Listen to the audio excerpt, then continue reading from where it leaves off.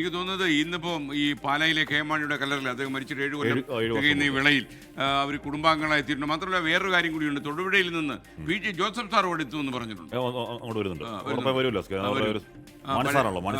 ഒരേ തൂവൽ പക്ഷികളായിരുന്നു ഒരിക്കൽ.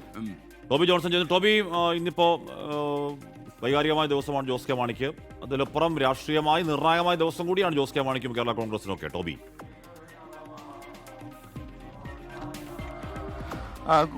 തീർച്ചയായിട്ടും ഹാഷ്മി SKN വളരെ നിർണായകമായിട്ടുള്ള ഒരു ദിവസമാണ് ഇന്ന്. അതോടൊപ്പം തന്നെ പ്രധാനപ്പെട്ട കേരള കോൺഗ്രസ്സുകാരെ സംബന്ധിച്ചിടത്തോളം വളരെ നിർണായകമായ ഒരു ദിവസം, പ്രധാനപ്പെട്ട ദിവസവും അവരുടെ മാണി സാർ, നമുക്കറിയാവുന്ന പോലെ തന്നെ 2019 ഏപ്രിൽ 9 അദ്ദേഹം അന്തരിച്ചത്.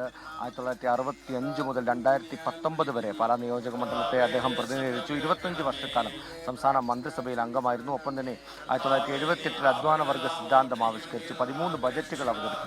അങ്ങനെ പാലായുടെ സ്വന്തം മാണി, അല്ലെങ്കിൽ KM മാണി എന്ന് പറഞ്ഞാൽ പാല, പാല എന്ന് പറഞ്ഞാൽ KM മാണി, അങ്ങനെ ഒരു ബന്ധം ഉണ്ടായിരുന്നു. അതൊക്കെ നമ്മൾ കണ്ടതാണ്. പക്ഷേ മാണി സാറിൻ്റെ കാലത്തിന് ശേഷം കേരള കോൺഗ്രസിന് കാര്യമായിട്ടുള്ള ഒരു പിടി പാലായിൽ ലഭിച്ചിരുന്നില്ല. ഒരു ബൈ ഇലക്ഷനിലും അതുപോലെ തന്നെ അതിനുശേഷം വന്ന ഇലക്ഷനിലും പരാജയപ്പെടുന്നൊരു കാഴ്ചയാണ് നമുക്ക് കാണാൻ സാധിച്ചത്. കഴിഞ്ഞ തവണ ഇലക്ഷനിൽ ജോസ് കെ മാണിക്ക് വലിയൊരു പരാജയവും ഏറ്റുവാങ്ങേണ്ടി വന്നു. പക്ഷേ ഇത്തവണ ആ പാല തിരിച്ചു പിടിക്കുമെന്നുള്ളൊരു ആത്മവിശ്വാസത്തിലാണ് ജോസ് കെ മാണിയും കേരള കോൺഗ്രസ് എമ്മും രംഗത്തിറങ്ങിയിരിക്കുന്നത്. വലിയ പ്രചരണങ്ങൾ കഴിഞ്ഞ ആഴ്ചയിൽ നടന്നു.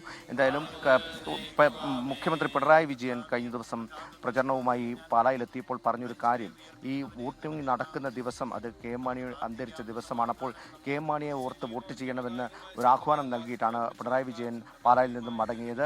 അതുകൊണ്ട് തന്നെ അവരെ സംബന്ധിച്ചിടത്തോളം വളരെ പ്രധാനപ്പെട്ടമായ ദിവസത്തിൽ ഈ ഒരു വോട്ടിംഗ് വരുന്നു എന്ന് പറയുന്നത് തന്നെ വളരെയധികം നിർണായകമാണ്. എന്തായാലും രാവിലെ പള്ളിയിലെ ചടങ്ങുകൾക്ക് ശേഷം ഇപ്പോൾ കല്ലറയിലെത്തി ഒപ്പീസ് ചൊല്ലുന്ന കാഴ്ചയാണ് നമുക്ക് കാണാൻ സാധിക്കുന്നത്. ഇത്തവണ വിജയത്തിൽ കുറഞ്ഞൊന്നും തന്നെ കേരള കോൺഗ്രസും എമ്മും ജോസ് കെ മാണിയും പ്രതീക്ഷിക്കുന്നില്ല. അതോടൊപ്പം തന്നെ മറ്റ് കേരള കോൺഗ്രസുകൾ PJ ജോസഫ് ഏകദേശം 10 മണിയോടുകൂടി ഇവിടെ എത്തുമെന്നാണ് നമുക്ക് അറിയാൻ കഴിയുന്നത്. PJ ജോസഫ് മാത്രമല്ല, മറ്റ് കേരള കോൺഗ്രസ് നേതാക്കളെല്ലാം തന്നെ ഇവിടെ എത്തും എന്നുള്ള വിവരം കൂടി ലഭിക്കുന്നുണ്ട്. സാധാരണഗതിയിൽ ഇത് വലിയൊരു പരിപാടിയായിട്ട് നടത്താറുള്ളതാണ് ഈ KM മാണിയുടെ ചരമവാർഷികം.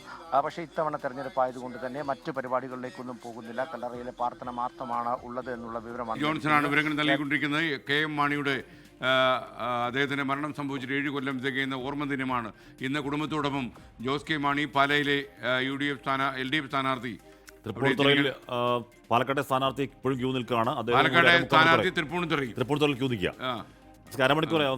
അതുപോലെ തൊട്ടു പിന്നിൽ K ബാബു ഉണ്ട് അല്ലേ? അതെ, ബാബുവായിട്ട് രമേശ് പിഷാരടി മുന്നിലുണ്ട്. താനും കൊട്ടാരക്കലിലെ ധനമന്ത്രി കൂടിയായ KN ബാലഗോപാൽ വോട്ട് ചെയ്യാൻ നിൽക്കുന്നു. വളരെ വാശിയേറിയൊരു മത്സരം നടക്കുന്ന മണ്ഡലമാണ് കൊട്ടാരക്കര.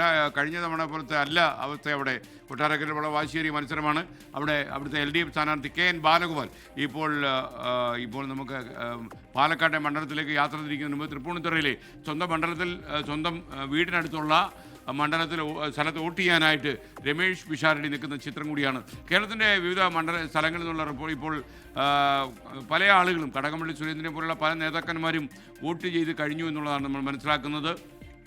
രമേശ് പിഷാരടി നിൽക്കുന്നു. ഇന്നലെ പാലക്കാട് രാഷ്ട്രീയ ചർച്ച കൊടുമ്പിരിയുടെ ദിവസമായിരുന്നു. അതിൽ രമേശ് പിഷാരടി പ്രതികരണം ഇന്നലെ വന്നില്ല. രമേശ് പിഷാരടി പറഞ്ഞത് എന്തോ പെരുമാറ്റച്ചട്ടമൊക്കെ ഉള്ളതാണ്, പ്രതികരിക്കാൻ കഴിയില്ല എന്നുള്ളതാണ് അദ്ദേഹം ഇന്നലെ പറഞ്ഞത്. അപ്പോൾ ഇന്ന് അതുമായി ബന്ധപ്പെട്ട എന്തെങ്കിലും പ്രതികരണം രമേശ് പിഷാരടിയുടെ പാലക്കാട്ടെ ഇന്നലത്തെ ആ പ്രശ്നത്തിൽ ഒരു പ്രതികരണം നിർണായകമാണ്. അങ്ങനെ ഒരു രാഷ്ട്രീയ പ്രതികരണം ഉണ്ടായിട്ടില്ല.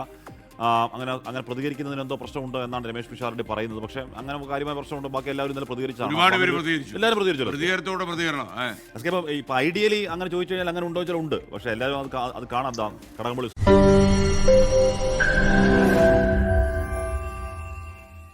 ലോകത്തെവിടെയായാലും ഏത് സമയത്തും 24 വാർത്തകളും ഓഗ്മെന്റഡ് റിയാലിറ്റി പാക്കേജുകളും എക്സ്പ്ലെയിനറുകളും വിശദമായി കാണാൻ ഞങ്ങളുടെ YouTube ചാനൽ നിങ്ങൾക്ക് സബ്സ്ക്രൈബ് ചെയ്യാം.